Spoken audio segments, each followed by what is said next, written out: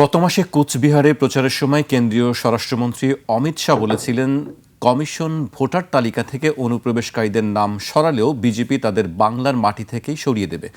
এটি সেই লাখ লাখ মানুষের মনে ভয়ের সৃষ্টি করছে যাদের আবেদন ট্রাইব্যুনালে অমীমাংসিত অবস্থায় পড়ে আছে।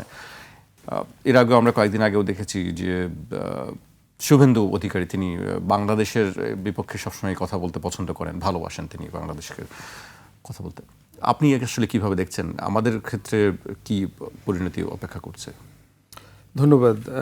প্রথম কথা হচ্ছে যে এই পশ্চিমবাংলা নির্বাচনটা আসলে একটা ক্ষুদ্র জায়গা, মানে বিজেপির আরএসএসের যে রাষ্ট্র প্রকল্প, এই অখণ্ড ভারতের রাষ্ট্র প্রকল্পটাকে সামনে নিয়ে এই নির্বাচনটাকে দেখতে হবে আর কি, যে হিন্দি এবং হিন্দুত্ববাদ, এই যে অখণ্ড ভারত প্রকল্প আর কি। এবং আপনার মনে থাকবে যে যখন নতুন সংসদ ভবন করে মোদি কয়েক বছর আগে, সেখানে দঙ্গল নামে একটা ম্যাপ লাগায় অখণ্ড ভারতের। আমার মনে আছে যে 22 অথবা 23 সে সময়টাতে আমাদের সব রাষ্ট্র কিন্তু বিলীন হয়ে গেছে অখণ্ড ভারতে। আমাদের এই যে সার্কের কান্ট্রিগুলো সব ওখানে ভিতরে দেখানো হয়েছে, আফগানিস্তান থেকে শুরু করে একেবারে হিন্দুকুশ মাউন্টেন পর্যন্ত যা আছে, তিব্বত যা আছে সব কিছু। তো এখন পাকিস্তান সহ অনেকগুলো রাষ্ট্র কিন্তু তখন, শ্রীলঙ্কা সহ অনেকেই কিন্তু এটা প্রতিবাদ করেছিল।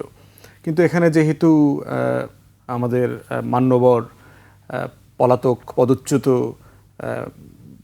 শেখ হাসিনা ছিলেন, তিনি তো এটার প্রতিবাদ করবার প্রয়োজন মনে করেন নাই।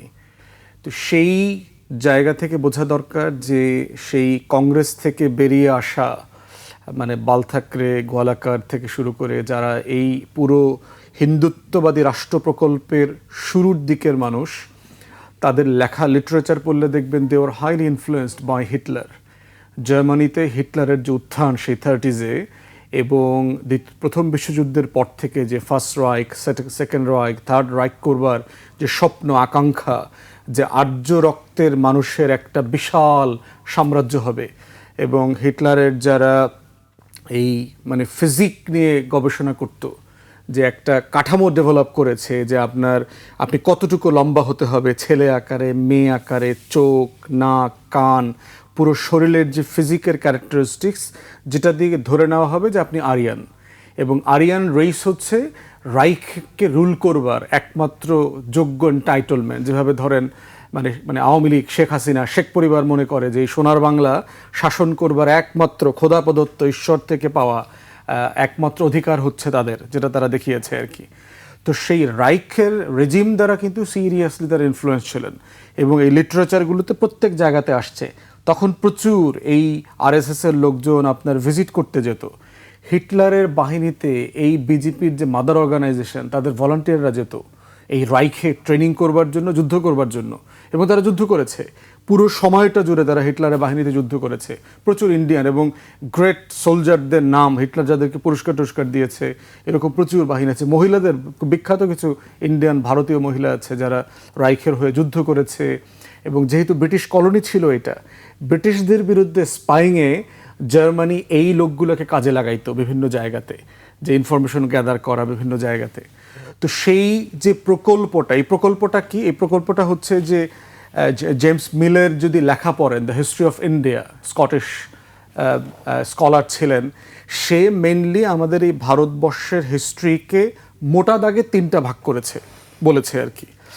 একটাতে বলেছে হচ্ছে গোল্ডেন এজ। গোল্ডেন এজ কোনটা? এই যে মৌর্যর, অশোকরা যেদিন যশের সময়টাতে শাসন করতো হাজার হাজার বছর আগে, এইটা ছিল গোল্ডেন এজ।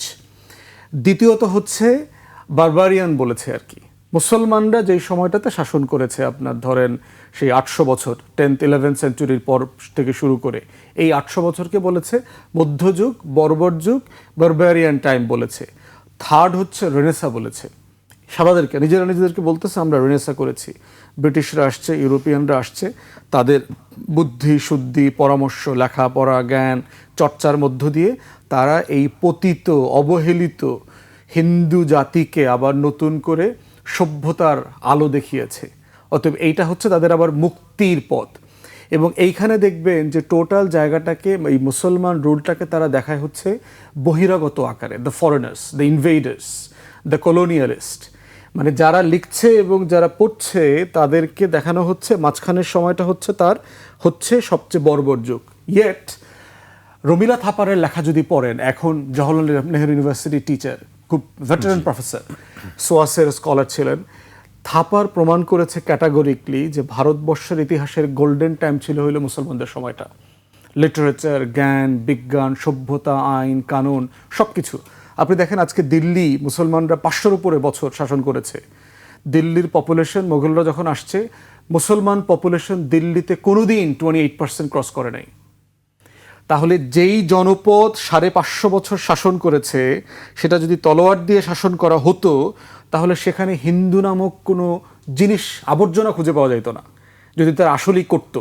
কাউন্টার এক্সাম্পলটা দেখেন, স্প্যানিশরা টোটাল আইবেরিয়ান পেনিনসুলা থেকে বের হয়ে আপনার সাউথ আমেরিকা চলে গেছে। এই 550 বছর তারাও শাসন করেছে। কোনো রেড ইন্ডিয়ানরা আছে, মানে তাদের সিভিলাইজেশন বলতে কিছু আছে? সে যে মায়ান সিভিলাইজেশন ছিল, সবাইকে খ্রিস্টান বানায় ফেলছে পুরো সাউথ আমেরিকাকে। আপনি উল্টাটা দেখেন, যখন আইবেরিয়ান পেনিনসুলা মুসলমানদের থেকে তারা নিয়েছে, খ্রিস্টানরা নিয়েছে, কি করেছে? পুরো কান্ট্রিকে আপনার ফোর্স কনভার্সন করে দিয়েছে। উল্টাটা দেখেন, 550, 600, 800 বছর শাসন করার পরে কি হয়েছে? মোঘল এম্পায়ারদের লেখা পড়তে হলে আপনার জিডিপিতে চলে যেতে হবে। 1700-এ মোঘল এম্পায়ারের গ্লোবাল জিডিপি ছিল হলো 27%, 28%। আজকেও আমেরিকা অথবা চায়নার গ্লোবাল জিডিপির পার্সেন্টেজ এত না। তাহলে যেই হাইটে ইন্ডিয়ান সিভিলাইজেশনের বেস্ট ইকোনমি ছিল, নলেজ ভান্ডার ছিল, সেই সময়টাকে ব্রিটিশ স্কটিশ স্কলাররা এই ভারতের অল্প বুদ্ধিওয়ালা বুদ্ধিজীবীদেরকে, শিক্ষিত লোকদেরকে বুঝাইছে যে এটা ছিল বারবারিয়ান টাইম। সলিউশন কি? আমরা আসছি তোমাদের সেভিয়ার হিসাবে, মুক্তিদূত আকারে, মুসলমানদেরকে সরায়া তোমাদেরকে এম্পাওয়ার করবার জন্য, ক্ষমতাসীন করবার জন্য। তোমাদের দায়িত্ব হচ্ছে তোমার ওই গোল্ডেন এজটাকে ফিরায় নিয়ে আসা, ওই যে তোমার মৌর্য শাসকটা ছিল সেটা ফিরায় নিয়ে আসা।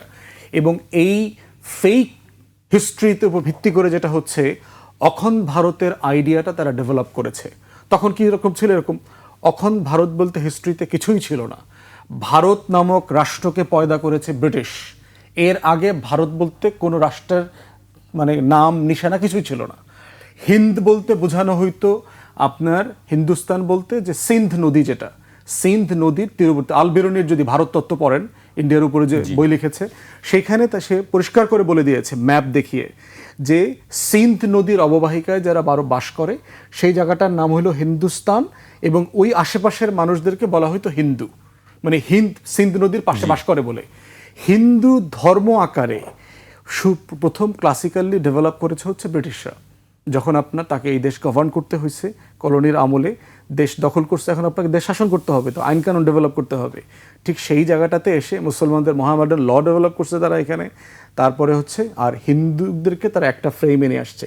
হিন্দু কোনো ধর্মের নাম না, কখনো ছিল না ক্লাসিক্যালি। তাহলে অখণ্ড ভারত বলতেও কিছু ছিল না। ম্যাপ দেখবেন আপনি, 1000 বছরের ম্যাপ বের করে দেখেন, স্ক্যাটার্ড একটা জায়গা।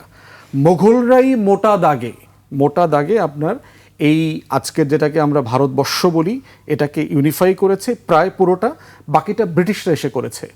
অতএব অখণ্ড ভারতের যে আইডিয়াটা একটা ফেক আইডিয়া, হিন্দু নামক সভ্যতা জাতিসত্তার আইডিয়াটা একটা ফেক আইডিয়া। কারণ হিন্দুদের হচ্ছে প্রচুর ধরন প্রকৃতি আছে।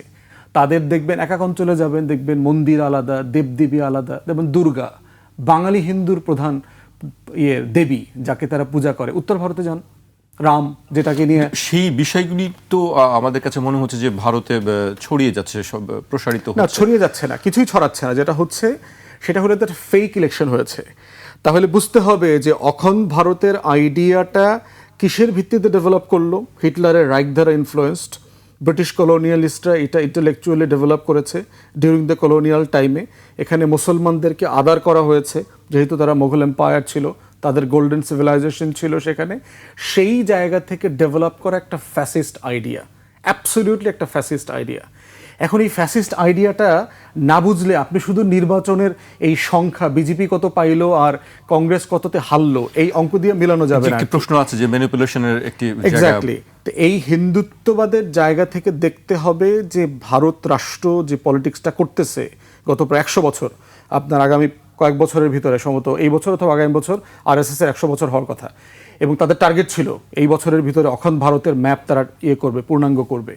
তো সেই জায়গাতে এসে আজকে এরকম একটা সময়ে যে রাজনীতি করতেছে, প্রত্যেকটা উপকরণ বলতেছে যে সে অন্য দেশ দখলের যে প্ল্যান তার আছে, অখন ভারত ইসরায়েলের মতো তার ম্যাপ সে ইলাস্টিকের মতো বাড়াবে, সেটা না বাড়ায় যেটা হচ্ছে ইন্টারনালি রাষ্ট্র আকারে সে ফ্র্যাকচার হচ্ছে।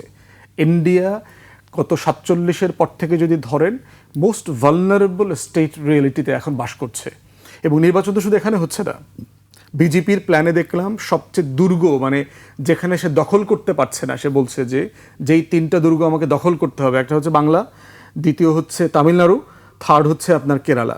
কেরালাতে কংগ্রেস দেখলাম আগায় আছে, তামিলনাড়ুতে আপনার ওই যে নায়ক যিনি দক্ষিণ ভারতের যিনি নায়ক নতুন দল করেছেন উনি, আর কংগ্রেসের এখানে তৃণমূল এখানে হেরে যাচ্ছে। প্রশ্ন হচ্ছে যে কি নির্বাচন হয়েছে? প্রথম কথা হচ্ছে ভারতের আপনার পশ্চিম বাংলাতে প্রায় 90-এর মতো আসন আছে যেখানে মুসলমানরা ডিসাইসিভ ফ্যাক্টর হইতে পারে। এই যে আপনি এসআইআর এর কথা রেফার করলেন, সাকিব ভাই বলেছেন স্পেশাল ইন্টেন্সিভ রিভিশন, এসআইআর এর মধ্য দিয়ে আপনি 1 কোটির উপরে ভোটারকে সাডেনলি নাই করে দিলেন, অলমোস্ট 80% 90% মুসলমান।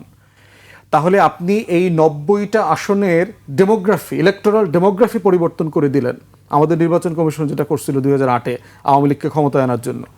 তো সেই কাজটা করে আপনি কিভাবে ফেয়ার ইলেকশন করলেন? দ্বিতীয়ত দেখেন, টোটাল ইলেকশন ল এনফোর্সমেন্টের দায়িত্ব লোকাল স্টেটের ল এনফোর্সমেন্ট থেকে আপনি সেন্ট্রাল গভর্নমেন্ট থেকে লোক পাঠাইলেন 3 লাখ। হ্যাঁ, নিয়ে আসছে। তৃতীয়ত হচ্ছে যে টোটাল প্রিজাইডিং পোলিং আপনি লোকাল ব্যুরোক্রেটদের উপর রিলাই করলেন না, বাইরে থেকে লোক আনছেন। ইতিমধ্যে আমরা জানি যারা পশ্চিম বাংলায় যাওয়া আসা করে তারা সবাই বলছে পশ্চিম বাংলার ব্যবসা বাণিজ্য কিন্তু ইতিমধ্যে বাঙালিদের বাইরে চলে গেছে। মারোয়ারিরা, মুম্বাই থেকে আসা, গুজরাটিরা, উত্তর ভারত থেকে আসা লোকজন এর টোটাল বিজনেস ইন্ডাস্ট্রি সব কিছু নিয়ন্ত্রণ করছে।